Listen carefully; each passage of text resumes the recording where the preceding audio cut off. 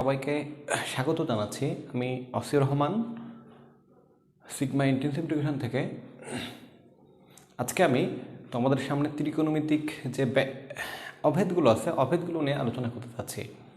তো এর আগের ক্লাসে বা আগের পর্বটাতে কিন্তু আমি ত্রিকোণমিতিক অনুপাতগুলো নিয়ে আলোচনা করেছিলাম। তোমরা ত্রিকোণমিতিক অনুপাত সম্পর্কে যদি সঠিকভাবে ধারণা নিতে পারো, ইনশাল্লাহ আজকের ক্লাসটা বুঝতে পারবা। তো দেখো, আমি গতদিনের যে লিসেনটা ছিল, গতদিনের লিসেনের থেকে কিছু এখানে কিছু অনুপাত লিখে রেখেছি। অনুপাতগুলো দেখো, সাইন থেটা সমান ছিল লম্ব বাই অতিভুজ, কস থেটা ছিল ভূমি বাই অতিভুজ, সেক থেটা ছিল অতিভুজ বাই ভূমি, ট্যান ছিল লম্ব বাই ভূমি, কোসেক ছিল অতিভুজ বাই লম্ব, কট ছিল ভূমি বাই লম্ব। তো একটা সমকোণী ত্রিভুজের যে তিনটা বাহু থাকে, এই তিনটা বাহুর কিন্তু ভিন্ন ভিন্ন নাম ছিল। এই নামগুলো হচ্ছে অতিভুজ, লম্ব এবং ভূমি। এখন আমাদের বুঝতে শিখতে হবে যে সমকোণী ত্রিভুজের অতিভুজ কোনটাকে বলবে, লম্ব কোনটাকে বলবে, বা ভূমি কোনটাকে বলবে। তো এটা সবসময় মনে রাখবা যে সমকোণ থাকবে, সমকোণের বিপরীত বাহুটা হচ্ছে অতিভুজ, এবং আমি যদি এই ত্রিভুজটার নাম দিই পি কিউ আর, যে কোণটা নির্দেশ করবে সেই কোণের বিপরীত বাহুটাকে আমরা লম্ব ধরে নেব। অর্থাৎ এখানে যদি আমাদের আরটাকে ইন্ডিকেট করে, তাহলে আর এর বিপরীত বাহুটা লম্ব হবে। আমি আবারও বলতেছি, যে কোণটাকে নির্দেশ করবে, কোণটাকে সাধারণত থিটা দ্বারা প্রকাশ করা হয়। থিটার বিপরীত বাহু লম্ব। যদি পিকে নির্দেশ করে, অর্থাৎ এখানে যদি থিটাটা থাকে, তাহলে এর বিপরীত বাহু লম্ব। অর্থাৎ এখান থেকে আমরা কিউ আরকেও লম্ব ধরতে পারি। তাহলে একটা জিনিস কিন্তু স্পষ্ট, সেটা হচ্ছে অতিভুজ নির্দিষ্ট হলেও লম্ব আর ভূমি কিন্তু সমকোণী ত্রিভুজের নির্দিষ্ট না। এটা ডিপেন্ড করে অ্যাকচুয়ালি কোনটাকে নির্দেশ করতেছে। যে কোনটাকে নির্দেশ করবে তার বিপরীত বাহুটাকে সবসময় আমরা লম্ব ধরব। এটা কিন্তু অবশ্যই মনে রাখতে হবে। আমরা যখন এমসিকিউ সমাধান করব বা সৃজনশীল সমাধান করব, তখন কিন্তু এই জিনিসটা আমাদের বারবারই করতে হবে বা বারবারই আসবে। তাছাড়া আমরা যখন দশম অধ্যায়ের অঙ্ক করব, দূরত্ব উচ্চতা বিষয়ক যে সমস্যাগুলো আছে, সেই সমস্যাগুলো থেকেও কিন্তু আমাদের এই জিনিসটাকেই ফলো করতে হবে সেই সমস্যাগুলো সমাধানে। তো দেখো, আমি খুব বেশি কথা বাড়াতে চাচ্ছি না। তোমরা যারা আমার বেসিক ক্লাসের পর্ব একটা দেখো নাই, আমি কমেন্ট বক্সে লিঙ্কটা দিয়ে দেবো, অবশ্যই দেখে নিবা। আর আমার চ্যানেলে যারা তোমরা নতুন আসো, অবশ্যই সাবস্ক্রাইব করবা। তাতে কিন্তু আমার যে নতুন আপডেটেড ভিডিওগুলো অবশ্যই তুমি তোমার চ্যানেলে পেয়ে যাবা। সাথে অবশ্যই বেল বাটনটাও অন করে রাখবা। তো দেখো, অথবা আমাদের ফেসবুক পেজেও তোমরা যুক্ত হতে পারো। সিগমা ইন্টেনসিভ এডুকেশনের একটা ফেসবুক পেজ আছে, ফেসবুক পেজেও তোমরা যুক্ত হতে পারো।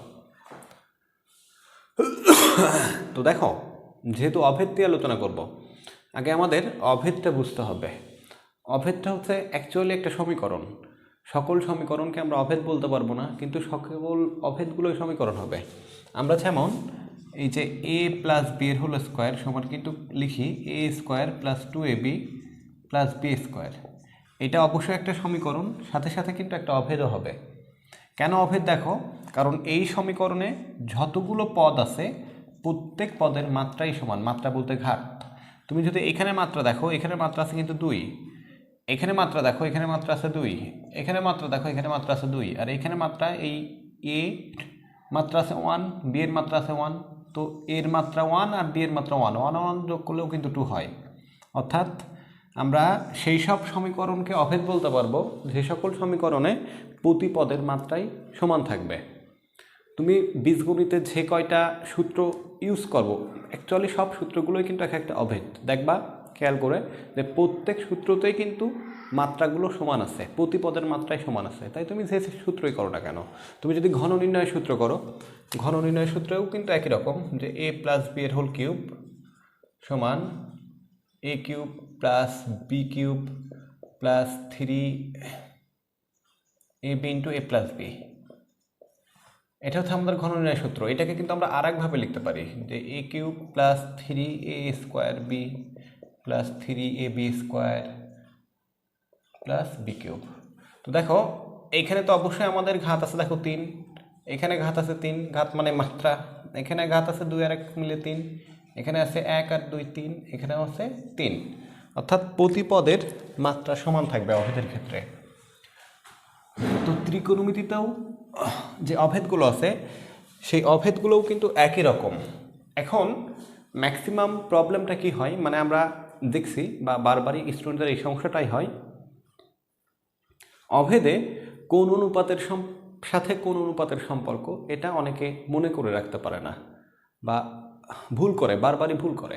তো এখানে আমি মোটামুটি একটা সংক্ষেপে ধারণা দিব অ্যাকচুয়ালি কীভাবে মনে রাখা যায়। ফার্স্ট কথা হচ্ছে এই সাইন এবং কসের মধ্যে সম্পর্ক আছে। এখন কোশ্চেন হচ্ছে সাইন এবং কসের মধ্যে কেন সম্পর্ক।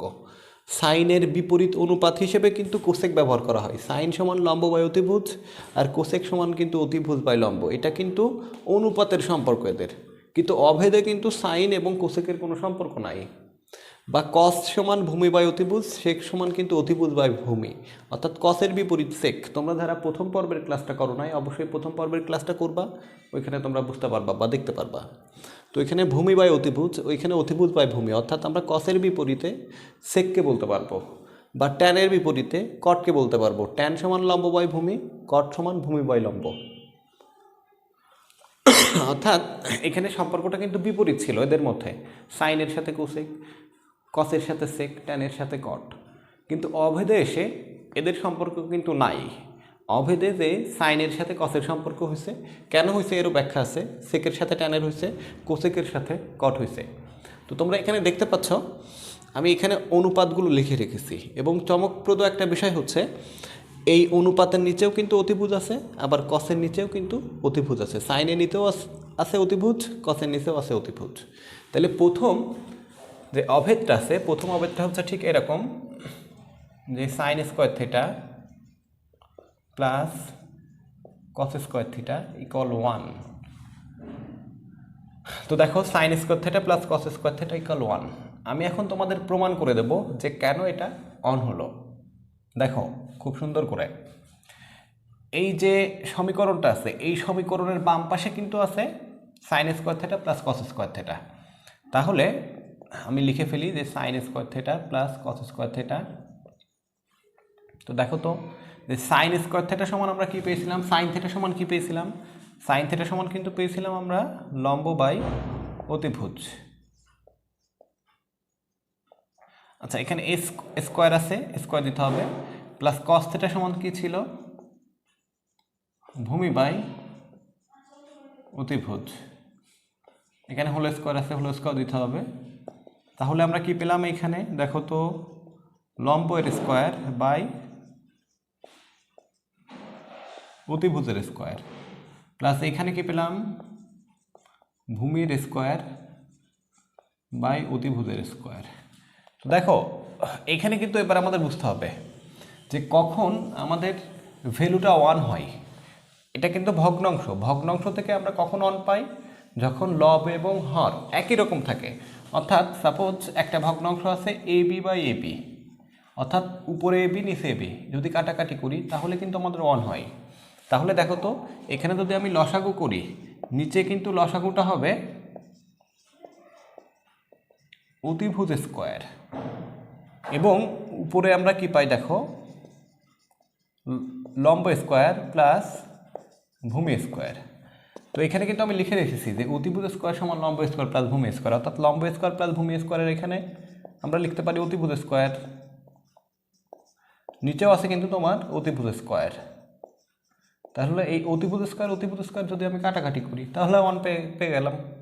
তার মানে বিষয়টা কিন্তু তোমার একই জিনিস, যে sine square theta plus cos square theta সমান 1 বলতেই কিন্তু তোমার ওই যে অতিভুজ স্কোয়ার সমান লম্ব স্কোয়ার প্লাস ভূমি স্কোয়ার, তুমি সেটাই করো না কেন এখানে ঘুরায় ফিরায় কিন্তু এই সূত্রটাই পাবা পিথাগোরাসের, যে অতিভুজ স্কোয়ার সমান লম্ব স্কোয়ার প্লাস ভূমি স্কোয়ার। তাহলে মূল অভেদটা হচ্ছে sine square theta plus cos square theta সমান 1 কিন্তু, এবং এইখান থেকে কিন্তু এটার প্রমাণ আমি করে দিলাম।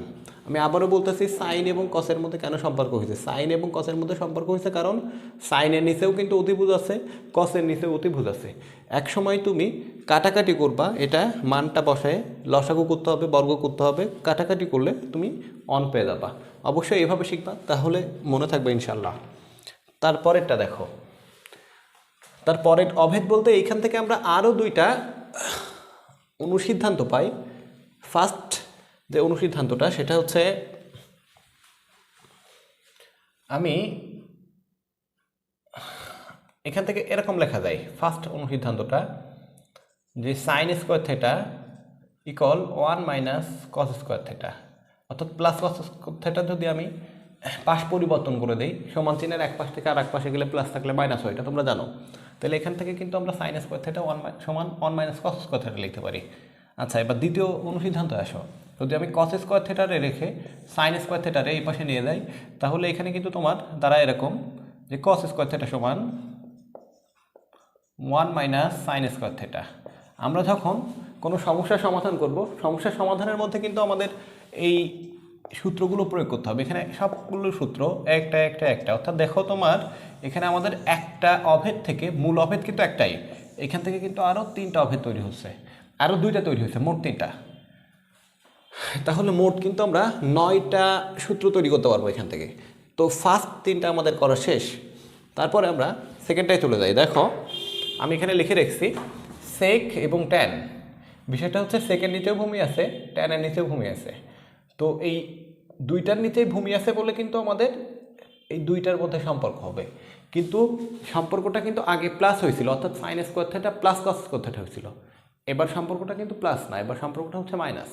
কারণ এখানে দেখো এদের নিচে তো যেহেতু ভূমি আছে, তুমি যখন লসাগু করবা ওই আগের মতোই, তখন তুমি কিন্তু নিচে লসাগু পাবা হচ্ছে ভূমি এর স্কোয়ার, এবং উপরে তুমি পাবা লম্ব স্কোয়ার, অতিভুজ স্কোয়ার মাইনাস লম্ব স্কোয়ার।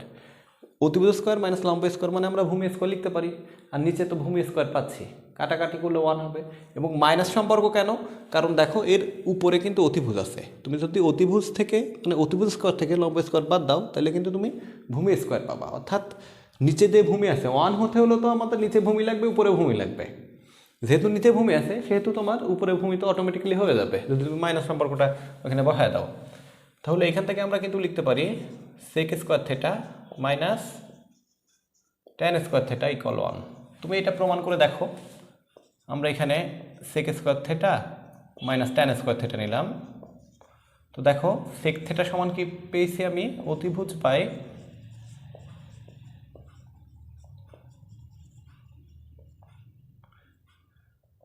অতিভুজ বাই ভূমি পেয়েছিলাম। এখানে হোল স্কোয়ার ছিল, মাইনাস ট্যান সমান কি পেয়েছিলাম? লম্ব বাই ভূমি। এখানে কিন্তু হোল স্কোয়ার আছে, তো এখানে আমাদের হয়ে যায় হচ্ছে অতিভুজ স্কোয়ার বাই ভূমি স্কোয়ার মাইনাস লম্ব স্কোয়ার বাই ভূমি স্কোয়ার। তাহলে লসাগুটা হচ্ছে কিন্তু আমাদের ভূমি স্কোয়ার, আর আমরা এর লবে পাচ্ছি অতিভুজ স্কোয়ার মাইনাস লম্ব স্কোয়ার। তাহলে ভূমি স্কোয়ার যদি লসাগু হয়, তাহলে অতিভুজ স্কোয়ার মাইনাস লম্ব স্কোয়ার সমান আমরা তো লিখে রেখেছি এখানে যে অতিভুজ স্কোয়ার মাইনাস লম্ব স্কোয়ার সমান ভূমি স্কোয়ার। তাহলে দেখো তো ভূমি স্কোয়ার কাটাকাটি করলে কত হলো? 1 হলো। তাহলে সেই কিন্তু একই জিনিস যে sec square theta minus tan square theta equal 1, এটা কিন্তু আমি প্রমাণও করে দিলাম। তোমরা অবশ্যই এভাবে প্রমাণ করার চেষ্টা করবা, তাহলে মনে থাকবে। বারবার প্র্যাকটিস করলে অবশ্যই মনে থাকবে। আর ত্রিকোণমিতিটা কিন্তু প্র্যাকটিসের ওপর ডিপেন্ড করে। তোমরা বীজগণিতে অনেক ভালো আমি জানি, কারণ বীজগণিতটা কিন্তু তোমরা বীজগণিতের যে সূত্রগুলো আছে, অর্থাৎ মান নির্ণয়, বর্গ নির্ণয়, ঘন নির্ণয়, উৎপাদক বিশ্লেষণ, এগুলো কিন্তু তোমরা সেই ক্লাস 6 থেকে করে আসতেছ, যার কারণে তোমরা কিন্তু এত এক্সপার্ট হচ্ছ। বা এখন বীজগণিতের অঙ্ক তো তোমাদের খুব বেশি সমস্যা হয় না, কিন্তু ত্রিকোণমিতির অঙ্ক কিন্তু ক্লাস 6 থেকে করতেছো না। যেহেতু তোমরা ক্লাস 9-এ উঠছো বা ক্লাস 10-এ পড়ছো, তোমাদের কাছে কিন্তু বিষয়টা সম্পূর্ণ নতুন। যারা ক্লাস 10-এ পড়ছো তারা 1 বছর অলরেডি করে ফেলেছো, বা যারা 9-এ উঠেছো তাদের জন্য একেবারে ফার্স্ট। তো ভালো কিছু করতে হলে কিন্তু আমাদের বেশি বেশি প্র্যাকটিস করতে হবে ত্রিকোণমিতি থেকে। তো এখান থেকে আমরা 2টা অনুসিদ্ধান্ত নিতে পারি। দেখো অনুসিদ্ধান্ত 2টা কি? ফার্স্ট আমরা মাইনাস ট্যান স্কোয়ারে এই পাশে ট্রান্সফার করব। ট্রান্সফার করলে এখান থেকে সেক স্কোয়ার থেটা সমান 1 প্লাস ট্যান স্কোয়ার থেটা লিখতে পারি, অর্থাৎ এটা হচ্ছে আমাদের ফার্স্ট অনুসিদ্ধান্ত। আর সেকেন্ডটা আমরা এরকম লিখতে পারি, দেখো তো এই ট্যানটারে এই পাশে রেখে প্লাস 1টারে এই পাশে নিয়ে আসো, তাহলে দ্বারাই আমাদের ট্যান স্কোয়ার থেটা সমান সেক স্কোয়ার থেটা মাইনাস 1। এটা হচ্ছে আমাদের দ্বিতীয় অভেদ থেকে মোট এই দুইটা অনুসিদ্ধান্ত পাওয়া যায়। মোট তাইলে 6টা সূত্র হয়ে গেল। আগে 3টা পেয়েছি এবং এখানে 3টা, মোট 6টা। আমি আশা করি তোমরা বুঝতে পারতেছো। যদি বুঝতে না পারো অবশ্যই আমাকে কমেন্ট করবা, আমি সেটা নতুনভাবে আলোচনা করার চেষ্টা করব। তো দেখো তারপরেরটা আছে হচ্ছে কিন্তু কোসেক আর কট। মোট আমাদের 4টা অনুপাতের মধ্যে সম্পর্ক তৈরি হয়ে গেল, বাকি থাকলো আর 2টা, কোসেক থেটা এবং কট থেটা। এবার আমাদের সম্পর্ক আসবে, তোমরা নিজেরাই বলতে পারবা, cosec square theta minus cot square theta আসবে। দেখো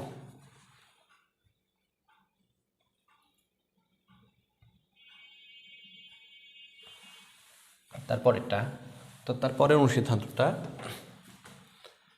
সেটা হচ্ছে cosec square theta minus tan square theta, sorry cosec square theta minus cot square theta equal 1। তো দেখো আমি আবারও বলতেছি, কোসেক এবং কটের মধ্যে কেন সম্পর্ক হয়েছে। কোসেক এর হরে কি আছে, লম্ব, এর হরটাই কি আছে, লম্ব। তো যেহেতু এর নিচেও লম্ব আছে, এর নিচেও লম্ব আছে, সেহেতু আমাদের লম্ব এবং লম্বের মধ্যে সম্পর্কটা তৈরি হবে, অর্থাৎ কোসেক এবং কট এদের মধ্যে সম্পর্ক তৈরি হবে। তো ফার্স্ট কথা হচ্ছে, এটা তুমি যদি প্রমাণ করতে চাও সেই আগের মতোই করতে হবে তোমাকে। এখানে আমাদের cosec theta minus cot square theta আছে, cosec square theta minus cot square theta আছে, এটা নিতে হবে। নেওয়ার পরে দেখো এই কোসেক স্কোয়ার থেটা সমান কি আছে, এখানে অতিভুজ বাই লম্ব।